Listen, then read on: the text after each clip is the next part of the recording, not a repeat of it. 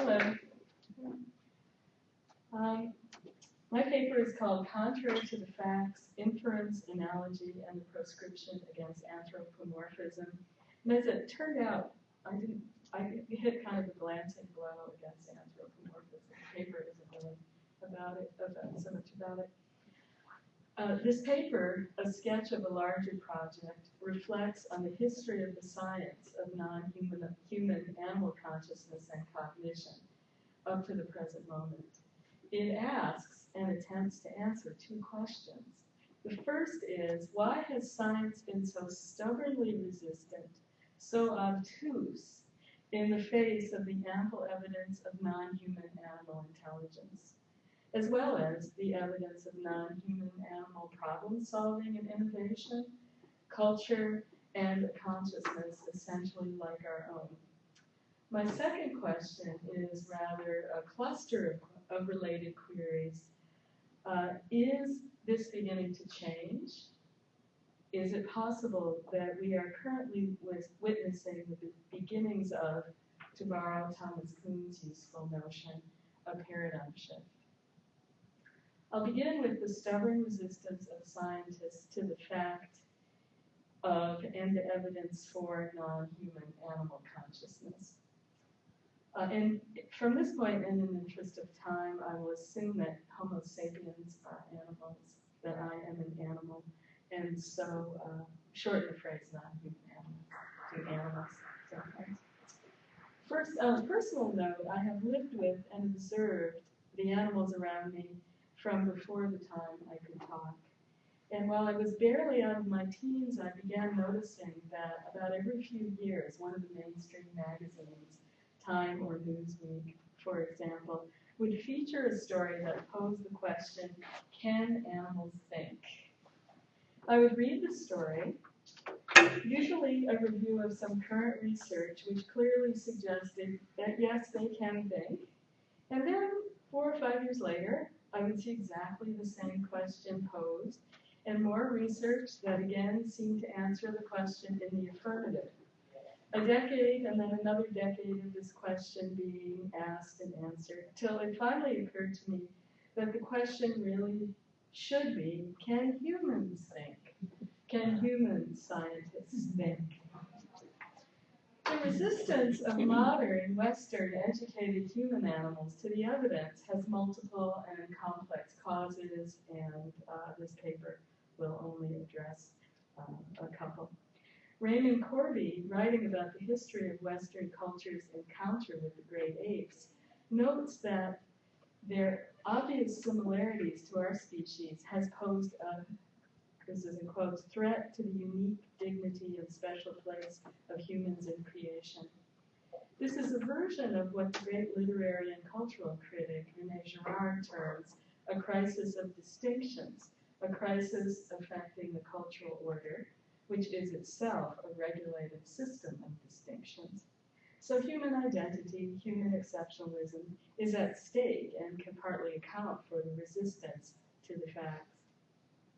Thomas Kuhn's description of the influence of dominant paradigms on normal science, as he calls it, is also useful as an explanation. This is a quote from Kuhn. Observation, this is his description of science, really his definition. He says, observation and experience can and must drastically restrict the range of admissible scientific belief, else there would be no science. In other words, you have to have some evidence, or it's not science. But they, observation and experience, cannot alone determine a particular body of such belief. An apparently arbitrary element, which is the prevailing paradigm, is always a formative ingredient in the beliefs espoused by a given scientific community at a given time. Through a combination of training and peer pressure, scientists learn what the world looks like to the point that they are unable to see anything that does not fit the landscape they expect to see. The function of normal scientific research is, in fact, Kuhn argues, a strenuous, and unquote, a strenuous and devoted attempt to force nature into the conceptual boxes supplied by professional education. Evidence that violates the paradigm, and I love, that's an exact quote, the word violates, what Kool calls anomalies is either not seen in the first place, or if seen, tends to be dismissed. This, it seems to me, is clearly the case in animal studies and helps explain the resistance of researchers to the facts. To continue specifically with the study of animal cognition, I would like to shift our focus to another problematic, which has to do with the operation of inference.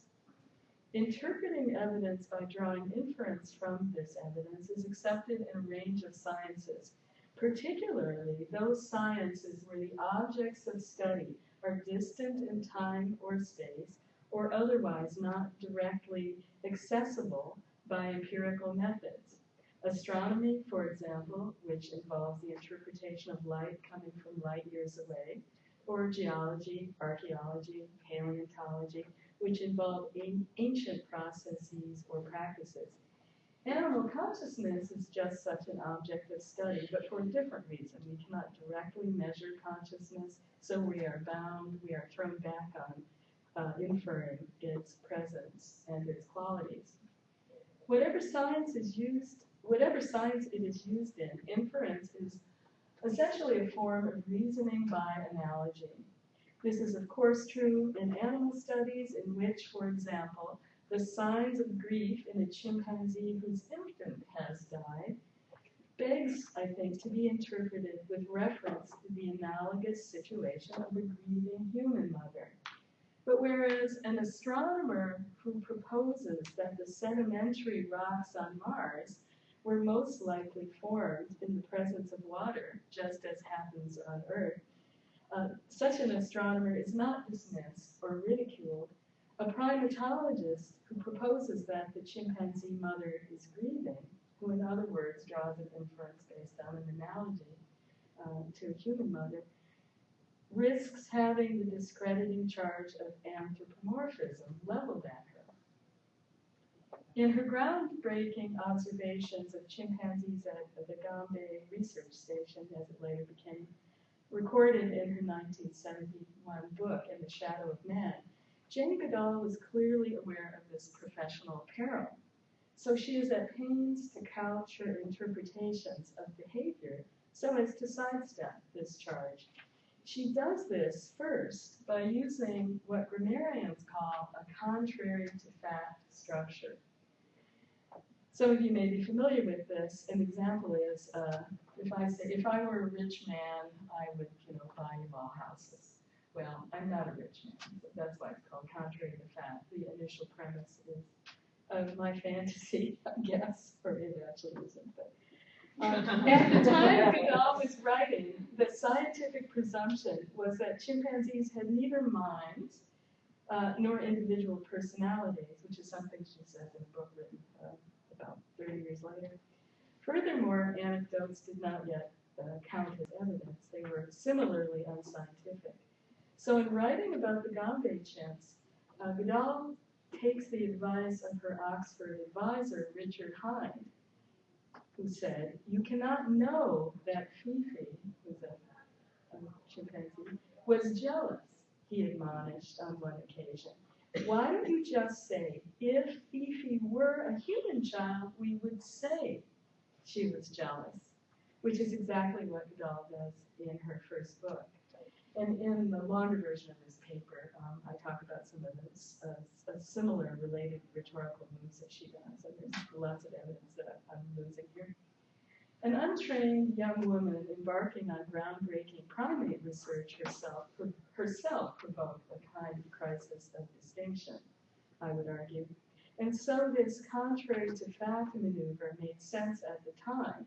It was arguably even a form of resistance. And as individual consciousness, thinking, and motivation are in fact ultimately inaccessible, this strategy may sometimes still make sense when it represents a certain carefulness or even humility about what we cannot know about other beings. At the same time, because it begins from a false premise, if Fifi were a human child, but Fifi is not a human child, this rhetorical and logical move